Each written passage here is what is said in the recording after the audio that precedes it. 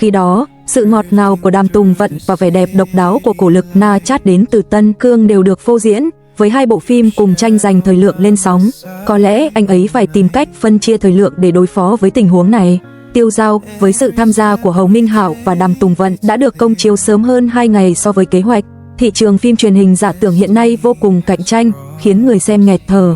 Ngay cả trước khi câu chuyện được hé lộ hoàn toàn, những mô típ quen thuộc đã hiện hữu, tạo cảm giác yếu ớt và nhàm chán, giống như trà nguội hương vị vẫn còn đó, nhưng năng lượng đã biến mất. Đàm Tùng Vận đã 35 tuổi, và dù cô ấy cố gắng hết sức để thể hiện vẻ ngoài trẻ trung trên màn ảnh, nhưng vẫn có một cảm giác không phù hợp kỳ lạ khi cô đứng cạnh vị vua quỷ vô cảm do Hầu Minh Hạo thủ vai. Đây không phải là vấn đề về diễn xuất, mà là sự không tương xứng về chất lượng hình ảnh.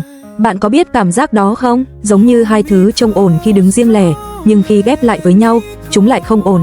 Bộ phim Sao Tiêu Dao Sao đã thất bại thảm hại ngay khi ra mắt.